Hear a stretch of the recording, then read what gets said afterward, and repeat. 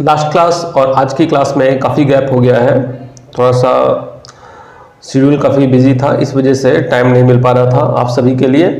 But अब कोशिश रहेगी कि वीडियोस रेगुलर आएँ। और जैसा कि हम लोग एबनॉर्मल साइकोलॉजी की बात कर रहे थे, एबनॉर्मल साइकोलॉजी का जो अपडेटेड सिलेबस है DSM-5 के अकॉर्डिंग, जिसमें हमने अब तक उसकी हिस्ट्री, इसके साथ साथ DSM-5 क्या है और जो चेंजेस हुए हैं, मेजर चेंजेस हुए हैं DSM-4 से DSM-5 में क्या क्या चेंजेस हुए हैं, उन चीज़ों को हमने देखा था। इसके साथ साथ हमने एंग्जाइटी डिसऑर्डर्स के जो नए टाइप्स आए हैं उनको भी हमने पढ़ लिया था, जान लिया था। तो अगर अब तक किसी स्टूडेंट ने नहीं देखा है, नहीं जाना है, तो वो क्या कर सकता है, वो प्लेलिस्ट में जाएगा, वहाँ पर 4th सेमेस्टर न्यू बैच के नाम से एक प्लेलिस्ट मिल जाएगा जहाँ पर आप उन चीज़ों को देख सकते हैं। तो ऐसा नहीं है कि वो जो प्लेलिस्ट है वो सब 4th सेमेस्टर के लिए है। कोई भी ऐसा स्टूडेंट जिसने एबनॉर्मल साइकोलॉजी का पेपर ले रखा है या जिसके सिलेबस में एबनॉर्मल साइकोलॉजी है, उन सभी के लिए वो प्लेलिस्ट इम्पॉर्टेंट है, उनको वो जरूर देखें। तो आज का जो हमारा टॉपिक है वो हम बात करेंगे somatic symptoms and related disorders के बारे में, जिसे आप DSM-4 में सोमैटोफॉर्म डिसऑर्डर के नाम से जानते थे। मतलब DSM-4 में इसका नाम क्या था, सोमैटोफॉर्म डिसऑर्डर। बट यहाँ पर आप देखें तो इसका नाम है somatic symptoms and related disorders, यानी कायिक लक्षण एवं संबंधित विकृति। अब थोड़ा सा इसमें आगे जाने कि कायिक लक्षण और संबंधित विकृति डिटेल में पढ़े, इसके बारे में थोड़ा सा एक ब्रीफ इंट्रोडक्शन ले लेते हैं कि ये होता क्या है। जैसा कि नाम से ही स्पष्ट है, सोमैटिक या सोमा। अब सोमा जो वर्ड है उसका हम शाब्दिक अर्थ देखें तो इसे हम, जो अंग्रेजी का वर्ड सोमा है, हिंदी में उसे हम शरीर कहते हैं, या अगर देखें दूसरे वर्ड में कहते तो बॉडी भी कह सकते हैं। मतलब इंग्लिश में बॉडी, फिर हिंदी में उसका जस्ट शरीर के नाम से भी हम उसे जानते हैं। अब शरीर यानी यहाँ पर जो लक्षण है, वो जो प्रॉब्लम्स आती हैं वो पर्सन के कहाँ पे आती हैं, फिजिकल बॉडी में आती हैं, शारीरिक लक्षण के रूप में वो समस्याएं दिखाई देती हैं। लेकिन अगर वो पर्सन डॉक्टर के पास जाता है तो डॉक्टर उस शारीरिक जो समस्या है उसका कोई शारीरिक आधार वहाँ पर नहीं पाता है। मतलब जो प्रॉब्लम्स हुई है वो प्रॉब्लम्स शरीर में हुई है, बट उस प्रॉब्लम का जो रूट कॉज होता है वो शरीर ना होकर मन होता है। यानी मन के कुछ ऐसी चिंताएं, कुछ ऐसे द्वंद्व, कुछ ऐसे चीज़ें मन में, हमारे दमित इच्छाएं, जो कि आगे चलकर किस रूप में बदल जाती हैं, वो पर्सन के बिहेवियर में कुछ चेंज ला देती हैं, और वो बिहेवियर चेंज उसके लाइफ स्टाइल को प्रभावित करते हैं, जिसके थ्रू वो कहता है कि ये समस्या हमारे अंदर उत्पन्न हो गई। जिससे कई बार पर्सन को लगता है कि कहीं ऐसा ना हो जाए कि मैं बीमार पड़ जाऊं, कहीं मैं बीमार ना पड़ जाऊं, या मेरी नाक बढ़ती हुई जा रही है। ऐसी बहुत सारी चीज़ें उसको ऐसी लगती हैं। पर जब वो डॉक्टर के पास जाता है तो वो डॉक्टर कहता है कि नहीं, ऐसा कुछ भी नहीं है, ऐसा कोई फिजिकल सिम्टम्स आपके अंदर नज़र नहीं आ रहा है जिससे हम ये कह सकें कि आपको ये बीमारी होने वाली है। तो वही चीज़ यहाँ पर हमें देखना है। अब कुछ चेंजेस यहाँ पर भी हुए हैं, जैसे DSM-4 में कुछ कैटेगरीज अलग थी, DSM-5 में यहाँ पे हम कुछ अलग तरीके से इसको पढ़ेंगे। तो सबसे पहले हम यहाँ पर कुछ डेफिनेशंस को देख लेते हैं। जैसे बार्लो की डेफिनेशन है, बार्लो और उनके साथियों ने डेफिनेशन दिया कि कायिक लक्षण विकृति में रोगी व्यक्ति ऐसे बहुशारीरिक लक्षणों पर अधिकाधिक एवं दीर्घकालीन तक, मतलब बहुत ज़्यादा और इसके साथ साथ लंबे समय तक ध्यान केंद्रित किए रहता है, जिनके लिए कोई स्पष्ट चिकित्सीय कारण ज्ञात नहीं रहता है। वही चीज़ जो हमने डिस्कस किया, वही चीज़ यहाँ पर बार्लो भी बता रहे हैं कि पर्सन के अंदर बहुत सारे ऐसे लक्षण दिखेंगे और वो लक्षण लंबे समय तक दिखेंगे, जिसके थ्रू उसको लगेगा, जिसकी वजह से उसको लगेगा कि मेरे अंदर ये प्रॉब्लम है, मैं बीमार हूँ। बट उसका जब मेडिकल चेकअप होगा तो वहाँ पर उसका कोई भी मेडिकल सिम्टम्स नहीं नजर आते हैं। वही इसकी अगर हम बात करें इंग्लिश डेफिनेशन की, तो कहा गया है somatic symptoms and disorder involve extreme and long lasting focus on multiple physical symptoms, वही चीज़ कही है कि मल्टीपल फिजिकल सिम्टम्स भी हैं और लॉन्ग लास्टिंग ही है, बट जब उसको मेडिकल चेकअप किया जाता है तो वहाँ पर कोई एविडेंट मिलता ही नहीं है, वहाँ पर वो मिसिंग रहता है। कार्सन की अगर डेफिनेशन की बात करें तो कार्सन ने भी वही बताया है कि कायिक विकृति का आशय ऐसी शारीरिक समस्याओं या अयोग्यताओं से है जिनके लिए कोई शारीरिक या दैहिक विकृति वास्तव में ज्ञात नहीं होती है। दोनों चीजें ही देखा जाए तो दोनों डेफिनेशन का जो आप सेंस देखो, मीनिंग देखो, तो वो एक ही निकल के आ रहा है। दोनों लोग एक ही बात कह रहे हैं कि यहाँ पर कोई शारीरिक लक्षण जो दिख रहे हैं, समस्या जो दिख रही है, उसका कोई भी मेडिकल एविडेंस नहीं मिलता है। तो अगर किसी पर्सन के साथ ऐसी चीज़ें हो रही हैं जिसको लग रहा है कि मेरे अंदर ये प्रॉब्लम है, जैसे कुछ किसी को लग रहा है कि मेरा पेट दर्द हो रहा है, मेरा पेट बहुत दर्द हो रहा है, अब वो डॉक्टर के पास जाता है, डॉक्टर उसका चेकअप करता है, सारी चीज़ें देखता है, अल्ट्रासाउंड से लेकर लीवर स्कैन सब कुछ कर लेता है, बट फिर भी उसको कोई सिम्टम्स, कोई प्रॉब्लम्स नज़र ही नहीं आती है। तो ऐसे में फिर वो जो चीज़ें हैं वो कई बार साइकोलॉजिस्ट के पास रेफर की जाती है, साइकेट्रिस्ट के पास रेफर की जाती है, तो वहाँ पर पता चलता है इसको साइकोलॉजिकल प्रॉब्लम है, इसको सोमैटिक डिसऑर्डर है, सोमैटिक डिसऑर्डर से रिलेटेड जो भी डिसऑर्डर्स हैं आगे अभी आप पढ़ेंगे उनसे रिलेटेड कोई डिसऑर्डर है। तो ये चीज़ें यहाँ पर हमें देखनी है। अब अगर बात किया जाए इसके अंदर कौन कौन से मुख्य डिसऑर्डर आते हैं जैसे कायिक लक्षण और संबंधित विकृति में, तो 4 मुख्य डिसऑर्डर हैं जिन पे हम फोकस कर सकते हैं। जैसे पहला है सोमैटिक सिम्टम्स डिसऑर्डर।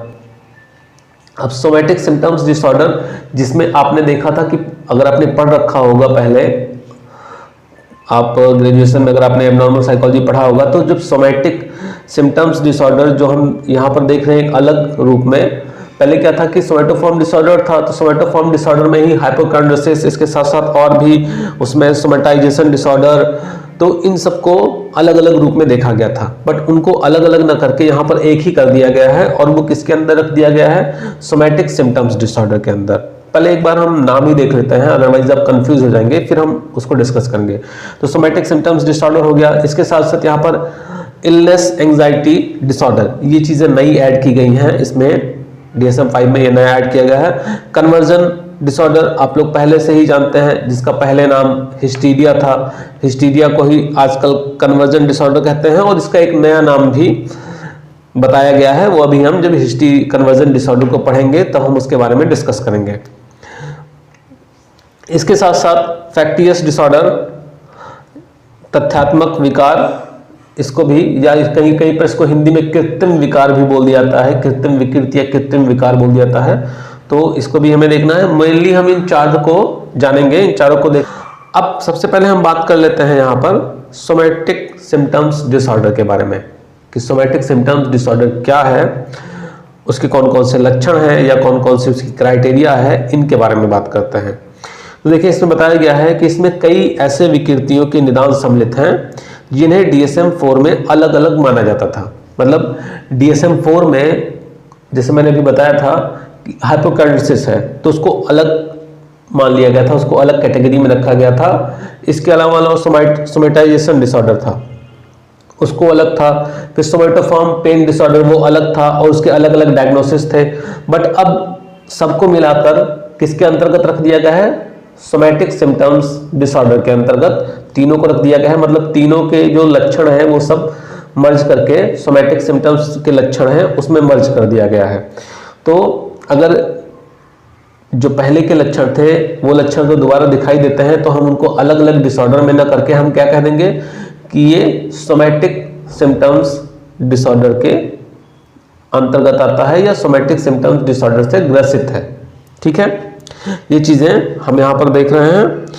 अब इसके साथ साथ हम बात कर लेते हैं कि जो सोमैटिक सिम्टम्स डिसऑर्डर है, यहाँ पर देखें एक बार कि जैसे पुरानी विकृतियां, रोग भ्रम था, हाइपोकॉन्ड्रोसिस या कायिक विकृति, या इसके साथ साथ काय प्ररूप दर्द विकृति, इन सबको हटा दिया गया है। DSM-5 में इन सबको हटा दिया गया है, जबकि DSM-4 में ये अलग अलग रूप में जाने जाते थे। और ऐसे व्यक्ति के जिनके लक्षण इनसे मिलते जुलते हैं, अब उनको किस में रखा जा रहा है, अब उनको सोमैटिक सिम्टम्स डिसऑर्डर के अंतर्गत ही रखा जा रहा है। तो इतनी चीजें क्लियर हुई। एक बार फिर से हम रिवाइज करते हैं। कि आज की क्लास में हम क्या पढ़ रहे हैं, somatic symptoms and related disorders, जिसमें हमने ये देखा कि सोमा क्या होता है। सोमा जिसका अर्थ शरीर या बॉडी से होता है। इस डिसऑर्डर में जो मेन आप समझने लायक चीज़ें हैं कि प्रॉब्लम हमारी आउटर बॉडी, हमारी फिजिकल बॉडी में होती है, बट उसका जो रूट कॉज होता है वो बॉडी में ना दिख के वो मन में होता है, या अचेतन के द्वंद्व के थ्रू वो चीज़ें सामने निकल के आती हैं। और जब मेडिकल चेकअप होता है या मेडिकल एविडेंस वहाँ पर कोई दिखाई नहीं देते हैं।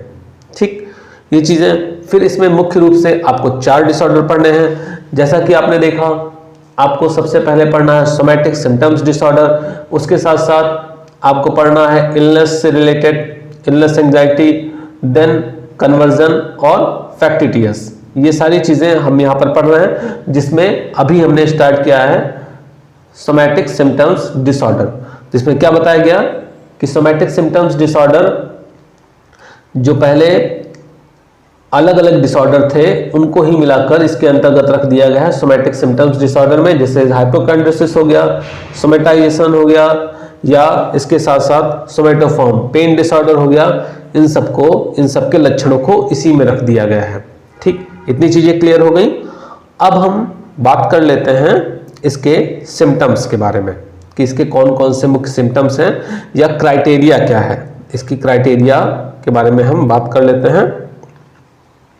तो देखें, सबसे पहला जो बताया गया है कि एक अथवा एक से अधिक शारीरिक लक्षण जो कष्टकर हैं तथा दैनिक कार्यों में बाधा पहुंचाते हैं। मतलब कोई पर्सन ऐसा हो जिसके अंदर एक या एक से अधिक ऐसे लक्षण हो जो उसके अंदर प्रॉब्लम पैदा कर रहे हैं, कष्ट दे रहे हैं उसको। और कष्ट देने के साथ साथ क्या बताया गया कि उसके दैनिक कार्यों में, जो उसका डेली रूटीन है, जैसे ऑफिस जाना, काम करना, या घर पे रहना, घर पे अपना काम करना, या डेली लाइफ, खाना पीना, उन सबको भी वो डिस्टर्ब कर रहे हैं। दूसरे उसकी जो सोशल लाइफ है उसको भी डिस्टर्ब कर रहे हैं। तो अगर ऐसी चीज़ें दिखाई दे रही हैं, पहला सिम्टम्स, तब हम कह सकते हैं कि हाँ, इसके लक्षण उससे मिल रहे हैं। लेकिन ऐसा नहीं कि बस एक चीज़ मिल गया तो आप कह देंगे कि हाँ, ये सोमेटोफॉर्म डिसऑर्डर से ग्रसित है, ऐसा नहीं है। इसके अलावा 2 और चीज़ें बताई गई यहाँ पर। इसके साथ साथ ये दोनों पॉइंट्स उसके अंदर जरूर मौजूद होने चाहिए। ये दोनों लक्षण क्या है कि संबंधित शारीरिक समस्याओं पर वो अत्यधिक ध्यान केंद्रित करता हो। मतलब उसका ध्यान ज़्यादातर समय किस पे रहता हो कि यार मेरे अंदर ये समस्या है, मेरे अंदर ये समस्या है। जैसे अगर मैंने बताया एग्जाम्पल कि किसी का पेट दर्द कर रहा है, या किसी के अगर सीने में दर्द है, अब वो मान लीजिए कि उसको दर्द हो, तो वो बार बार यही सोच रहा है कि यार मुझे दर्द हो रहा है, मुझे दर्द हो रहा है, मुझे दर्द हो रहा है, कहीं मैं मर न जाऊं। अब ये सोच सोच के वो इतना परेशान है कि वो सही ढंग से खाना भी नहीं खा रहा है, अपना काम भी नहीं कर पा रहा है। तो जो पहला पॉइंट है वो फुलफिल हो रहा है कि उसकी प्रॉब्लम भी आ रही है और उसका डेली रूटीन भी डिस्टर्ब हो रहा है। इसके साथ साथ वो दूसरा पॉइंट जो है कि उसके बारे में लंबे समय तक सोच रहा है, तो उससे भी उसको दिक्कत हो रही है, लंबे समय तक वो उसी के बारे में सोच रहा है। इसके साथ साथ स्वास्थ्य, सेकेंड पॉइंट देखें, स्वास्थ्य या उन लक्षणों को लेकर सतत रूप से उच्च चिंता का पाया जाना। मतलब उसकी एंजाइटी एकदम एक्सट्रीम लेवल की उसके अंदर एंजाइटी होती है अपने हेल्थ इश्यूज को लेकर, एवं समस्याओं को लेकर समय एवं क्षमता का अत्यधिक उपयोग करना। वो फर्स्ट पॉइंट से ही मिलता जुलता है कि वो ज़्यादातर समय उसी में दे रहा है, अपनी ज़्यादातर जो उसकी एनर्जी है वो उसी प्रॉब्लम्स के बारे में सोचने, उसको सॉर्ट आउट करने में ही निकाल दे रहा है। तो अगर ऐसे लक्षण उसके अंदर दिखाई दे रहे हैं, इसके साथ साथ कभी कभी कोई स्पष्ट लक्षण सतत रूप से नहीं दिखाई पड़ते हैं, परंतु उनके लक्षणों की उसे दशा अनुभव होती है। मतलब उसके अंदर डायरेक्ट कोई सिम्टम्स नहीं नजर आ रहे हैं, जैसे पेट दर्द हो रहा है उसका तो डायरेक्ट नहीं नजर आ रहा है, बट उसको ऐसा फील हो रहा है कि नहीं मुझे कुछ प्रॉब्लम हो रही है, मतलब वो ऐसा फील कर पा रहा है। लेकिन एक चीज ध्यान रखिएगा, जो सबसे मेजर पॉइंट है कि इनका कोई शारीरिक लक्षण नहीं होता है, ये सब दिखाई दे रहे हैं, बट अगर चेकअप होगा तो चेकअप में कोई ऐसी चीज नहीं निकल के आएगी कि हाँ इस वजह से ऐसा हो रहा है। जैसे एक नॉर्मल पर्सन के अगर मान लीजिए पेट में दर्द हो रहा है या सीने में दर्द हो रहा है, तो वो डॉक्टर के पास जाएगा तो डॉक्टर क्या बता सकता है कि हाँ आपको गैस की वजह से ये प्रॉब्लम हो रही है, या आपके पेट में कुछ दिक्कत है, आपके इन्फेक्शन है या स्वेलिंग है, इस वजह से ये चीज़ें हो रही है। बट जब ऐसे पर्सन जो सोमेटोफॉर्म डिसऑर्डर से ग्रसित होते हैं, जब ऐसे पर्सन डॉक्टर के पास जाते हैं तो डॉक्टर जब उनका चेकअप करता है तो वहां पर कोई लक्षण नहीं मिलते हैं। इस पॉइंट को आप जरूर नोट करेंगे और जरूर ध्यान में रखेंगे, ठीक है। इसके बाद थर्ड पॉइंट देखें, यदि कोई निदानित चिकित्सकीय स्थिति मौजूद है तो चिकित्सकीय स्थिति की प्रकृति को देखते हुए व्यक्ति की विचार, भावनाएं और व्यवहार अपेक्षा से कहीं अधिक होते हैं। अब यहाँ पर यह भी पॉइंट थोड़ा सा काफ़ी इम्पोर्टेंट है कि अगर मान लीजिए सिम्टम्स मैच कर रहे हैं, जैसे उसके पेट में दर्द है और डॉक्टर के पास गया और डॉक्टर उसका चेकअप कर रहा है, बता रहा है कि हाँ हल्का फुल्का गैस है, कोई दिक्कत नहीं है, सही हो जाएगा। लेकिन वो पर्सन क्या कर रहा है, उसने तो बता दिया कि हल्का फुल्का प्रॉब्लम है, बट उस पर्सन के अंदर जो थॉट प्रोसेस है वो एक्सट्रीम लेवल का है। तो वो ये नहीं सोचेगा कि हल्का फुल्का है, वो उस चीज़ को बहुत ज़्यादा बढ़ा चढ़ा के लेगा, बहुत ज़्यादा सीवियर मानेगा उसको कि मुझे तो बहुत ज़्यादा बड़ी प्रॉब्लम है। तो ऐसी चीज़ें रहेंगी। अगर लक्षण मिल भी रहा है तो लक्षण अगर मिल रहा है, छोटा सा मिल रहा है, तो उसको भी वो बहुत बढ़ा चढ़ा कर ही समझेगा या उसको एक्सप्लेन करेगा। इसके अलावा शारीरिक लक्षण या चिंता उसके अंदर ऐसी होनी चाहिए जो किसी अन्य मानसिक विकार की वजह से ना उत्पन्न हुई हो, जैसे या उसके बारे में अगर डायग्नोस किया जाए तो किसी और डिसऑर्डर का डायग्नोसिस उससे मैच ना करता हो, ये भी चीज़ें होनी चाहिए, उसका डायग्नोसिस अलग होना चाहिए। और सबसे ज़रूरी बात यह है कि ये जितने भी सिम्टम्स बताए गए, ऊपर आप देख रहे हैं यहाँ पर जितने भी सिम्टम्स बताए गए हैं, ये सिम्टम्स कम से कम 6 महीने या उससे भी अधिक समय के लिए उसके अंदर होनी चाहिए। वो 6 महीने या उससे ज़्यादा समय से इन चीज़ों से ग्रसित है, तब हम कह सकते हैं कि ये पर्सन सोमैटिक सिम्टम्स डिसऑर्डर से ग्रसित है, ठीक है। तो इतनी चीज़ें क्लियर हो गई। तो अगर किसी को कोई डाउट होगा तो आप कमेंट कर सकते हैं, ठीक है, आपको चीज़ें क्लियर की जाएंगी, बताया जाएगा। तो मिलते हैं नेक्स्ट क्लास में, तब तक के लिए धन्यवाद।